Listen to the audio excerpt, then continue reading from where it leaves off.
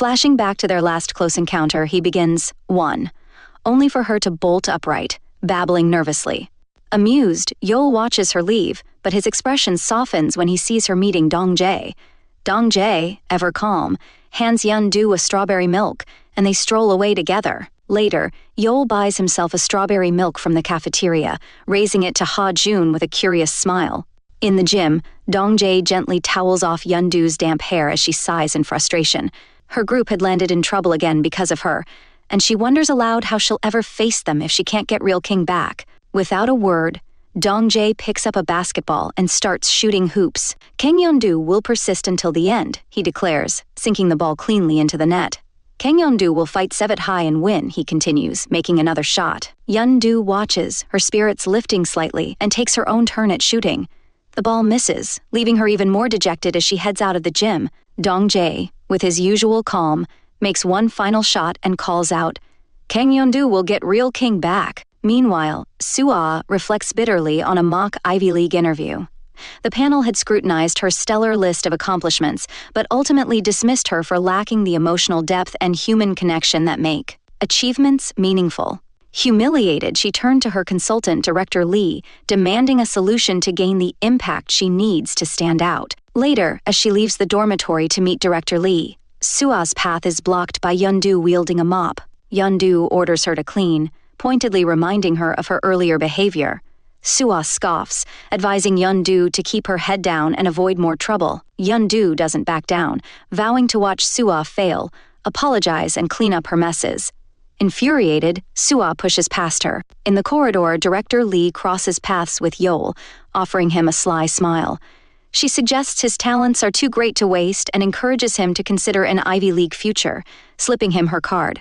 Around the corner, Soo-ah confronts her, but Lee brushes her off, casually assuring her that her primary focus is securing Soo-ah's place at Harvard. Elsewhere, Principal Choi throws a fit in her office as Teacher Im cowers. The phone buzzes incessantly with complaints from furious parents, though the specifics remain unclear. Desperate, Im suggests reinstating the Real King Club, even if it's in a storage closet, to appease the students. Principal Choi flatly refuses, determined not to yield. Director Lee saunters into the office without invitation. Over a cup of tea, she lays out her proposal. Soo-ah needs to win a cheerleading competition to gain the impact she lacks. Principal Choi balks at the impossibility of turning the school into a cheerleading champion overnight, but Lee dismisses her concerns with a parting command to make it happen. In the laundry room, Yeon-do stares tearfully at a washing machine spinning with her precious belongings inside, fuzzy slippers, a trophy, and a framed photo of the Real King members.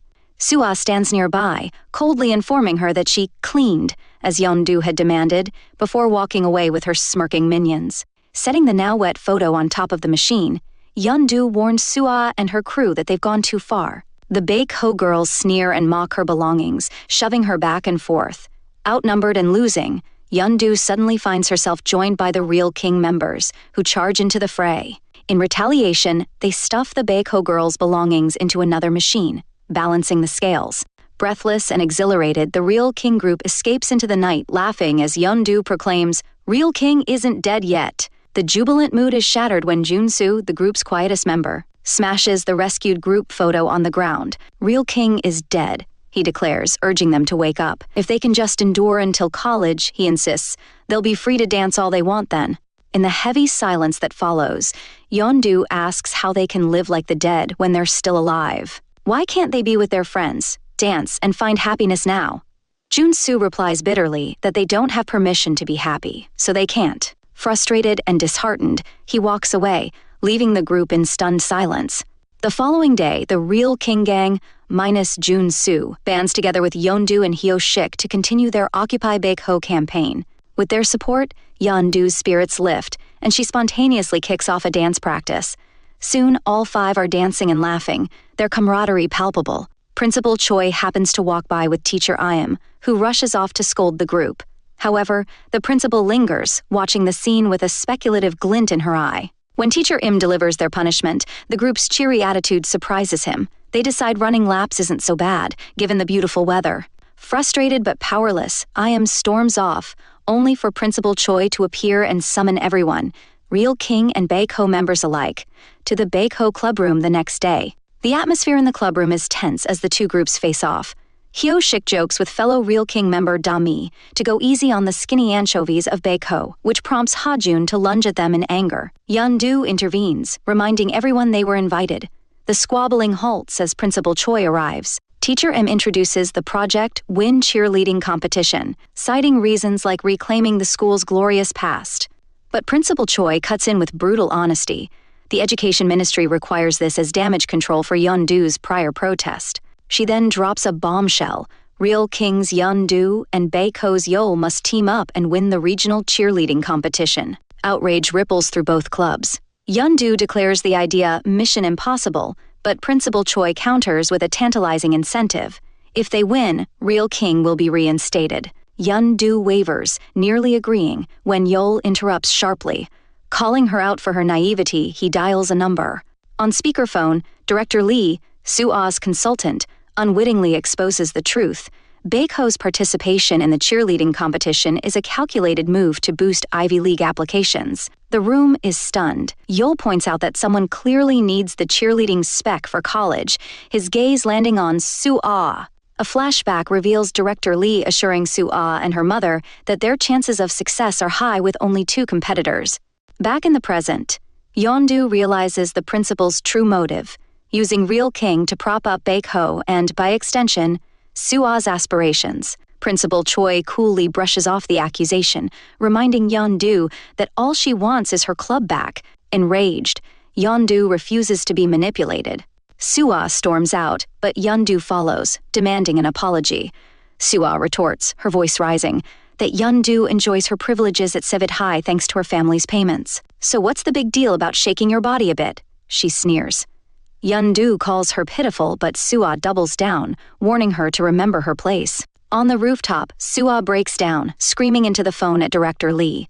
Her mother calls next, and Soo-ah assures her she'll get into Harvard, with or without cheerleading.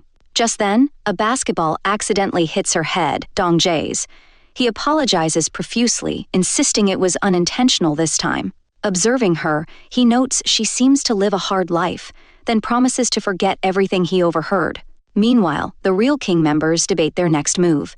Sung-woo and Da-mi consider taking the cheerleading offer, but Hyo-shik objects, calling it betrayal since Soo-ah caused their disbandment. Their discussion is interrupted by news of their confirmation for a dance competition, reigniting their excitement, momentarily forgetting their troubles. Elsewhere, Yeon-do's mom meets with Yeol's dad, lamenting her outburst at the school. She worries about the strain she's placed on Yeon-do by sending her to Sevid High. Yeol's dad reassures her that piling on academic specs is the only way they know to prepare their kids for the future. He admits Yeol enrolled to escape him, which earns a teasing remark from Yeon-do's mom about father and son being equally stubborn. Back in the dorms, Dong-jae stumbles upon a horrifying sight, Ha-jun lying unconscious and bleeding in the bathroom. The scene triggers Dong-jae's trauma, leaving him frozen as Yeol arrives and urgently tries to get help. Unable to wait, Yeol carries Ha-jun out himself, accidentally dropping a bloodied towel in the process.